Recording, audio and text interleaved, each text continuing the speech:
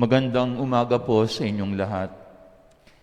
Ang ating ebanghelyo ngayon ay galing sa panulat ni Juan at naririnig natin na unti-unti nang nabubuo ang sabihin na nating conflict between Jesus and the religious leaders. At ito yung magdadala sa kanya, no? Eventually, upang siya ipahuli. And then after siya ay hulihin, ito ang magdadala sa kanya doon sa kanyang passion and death. No?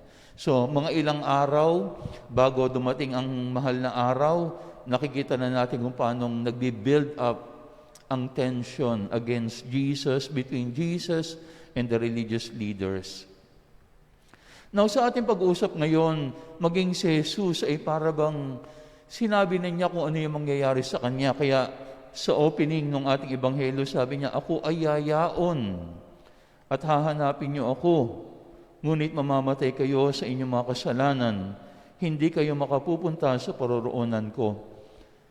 Sinabi niya, magpapakamatay ba ang taong ito? Kaya sinasabi niyang mawawala na siya.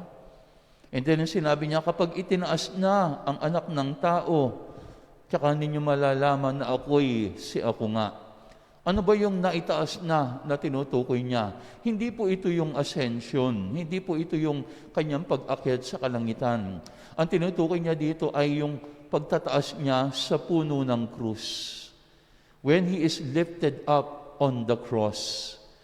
So tinutukoy na ni Jesus dito yung kanyang nalalapit na kamatayan. Pero sa ating ebanghelyo ngayon, narinig natin, no, gumawa si Jesus ng paghahambing. At sinabi niya, kayo'y taga-ibaba at ako'y taga-itaas. Kayo'y taga-sanlibutan at ako ay hindi. Kaya hinihimok niya yung mga nakaririnig sa kanya na sinabi niya, kung nais ninyong maging kasama ko, kailangang mabuo ang inyong pananampalataya na ako'y si ako nga. Ako'y taga-itaas, kayo'y taga-ibaba.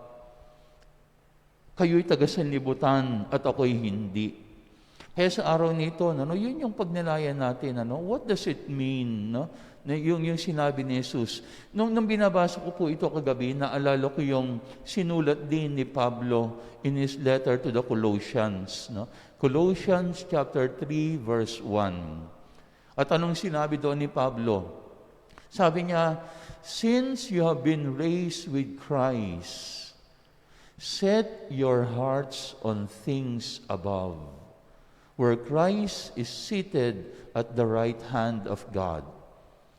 So ituon daw natin yung ating puso sa mga bagay na makaitaas. Set your hearts on things that are above. Ganon din yung sinasabi ni Jesus sa ating ebanghelyo ngayon. Kaya sa umagang ito, tanong natin sa ating sarili, ano yung pwede nating gawin so that we could set our hearts on things that are above? So that we will also be raised up together with Christ. Siguro yung unang pwede po nating gawin ay ito. Feed your faith, starve your fear. Feed your faith, starve your fear. Pakainin natin yung ating pananampalataya at gutumin natin yung ating pagkatakot. Siguro yun yung mas magandang gawin natin ngayon. Yung panahong kinabubuhayan natin ngayon, we are living in fearful times. Marami tayong kinatatakutan ngayon. We are still very much in the time of pandemic. At nare-realize ko na napakadaling sa halip na instead of feeding our faith, sometimes we feed our fear. Pero hindi, balik na rin po natin. Let us feed our faith and starve our fear. Minsan kasi, di ba, kapag ikaw ay nanonood ng telebisyon, kapag ikaw ay nasa social media, ang lagi nating binabantayan ay, naku, gaano ba lumalaki pa ng lumalaki, gaano ba lumulobo pa ng lumulobo ang transmission, ilan ba ang namamatay, ano na bang nangyayari sa ganito? So para bang mas nakikita natin yung mga bagay na nakapagbibigay sa atin ng takot. Siguro magandang let us make a conscious decision na ang pakakainin ko ay hindi yung aking takot.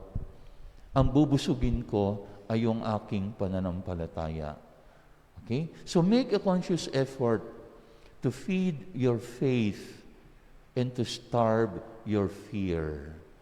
Dahil kapag yung fear ang ating binusog, ay, nako, talagang yung ating mga mata ay mananatili na lamang dito at we cannot set our hearts on things that are above.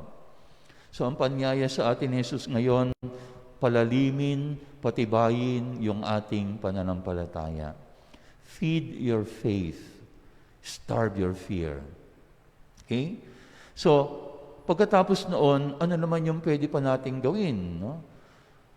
Focus on your purpose, not on the pain. Focus on purpose, not on the pain. Okay? Kamakailan lamang meron po akong napanood na documentary, no? So I was just nag-aano lang ako sa mga channel. Nakita ko yung mga nagba-bodybuilding, no? At doon ang napanood ko nung si Arnold Schwarzenegger, kinukwento niya kung paano niyang nakuha yung, di ba, for many times, nanalo siya bilang Mr. Olympiad, o Mr. Olympian ba ang tawag doon.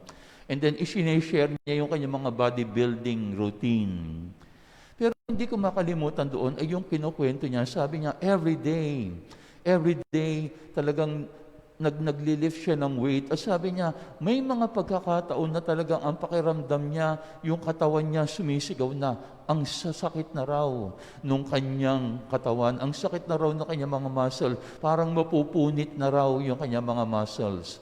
Pero ang sabi niya, every time na parang gusto nang mag-quit nung kanyang katawan, ang lagi niyang iniisip, lagi niyang binivisualize, yung itinataas daw niya yung tropeyo, na siya yung mananalong Mr. Universe.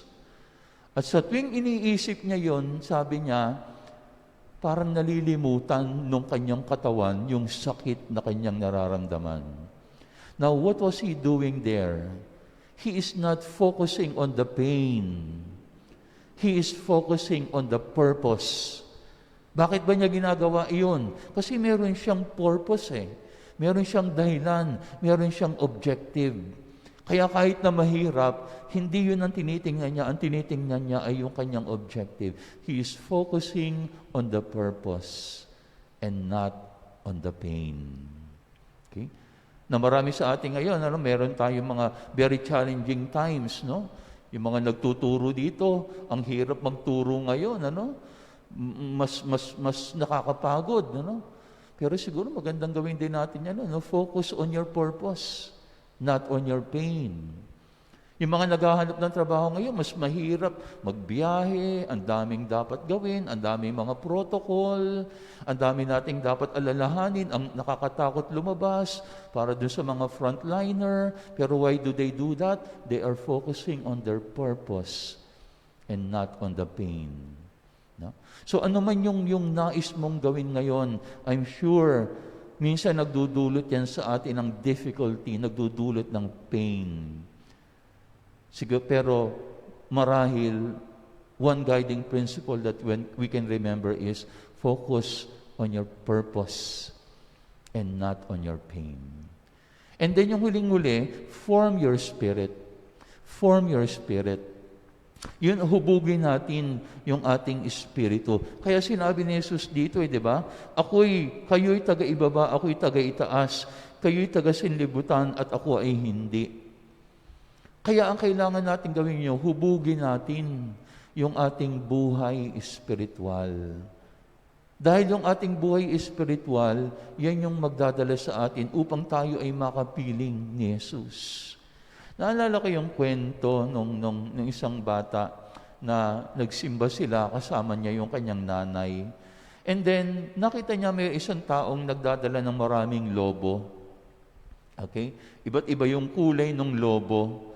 And then, nung bibili na siya ng lobo, nung nagpapublish siya ng lobo, isa dun sa mga lobo ay nabitawan nung nagtitinda ng lobo at tumaas. Sabihin na natin yung pulang lobo, nakaalpas at tumaas. And then sabi ng bata, sabi niya, kung yung mga blong lobo ba ay nabitawan mo, tataas din ba yan? Mataas din ba? And then sabi nung nagtitinda ng lobo, hindi naman sa kulay yan eh. Hindi naman yung kulay ang nagpapataas. Yung espiritu ang nagpapataas. Di ba yung mga lobo, meron yung espiritu, ang tawag natin doon, espiritu, yung helium. We call it spirit. Kaya nga yung lobo, kapag wala ng espiritu, hindi na tumataas eh. Nandiyan na lang sa ibaba. So sabi nung nagtitinda ng lobo, it is not the color that makes it rise. It's the spirit inside that makes it rise. Alam niyo po mga kapatid, ganun din po sa atin. It is the spirit in us that will make us rise with Jesus. Kaya sa mga araw na ito, sa mga panahong ito, hubugin natin yung ating espiritu. Alam ko, ngayong panahon ng pandemya, inaalagaan natin yung ating katawan at maganda po yan.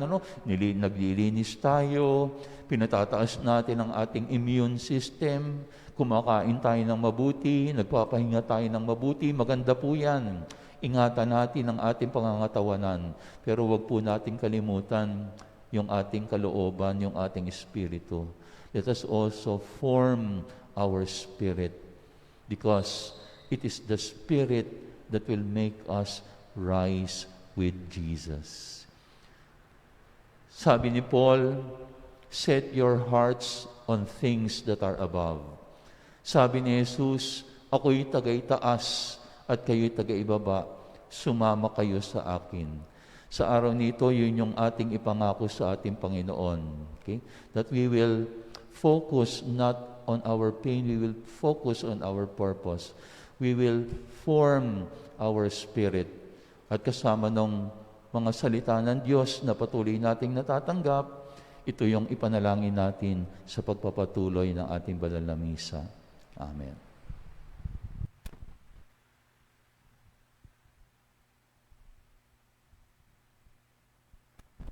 Buong pananampalataya tayong manalangin sa Ama dahil sa pamamagitan ng pagpapakasakit ng Kanyang anak ay naligtas tayo sa lahat ng kaparusahan at ang ating itugon, Ama, basbasan mo kami sa ngalan ni Jesus. Ama, basbasan mo kami sa ngalan ni Jesus.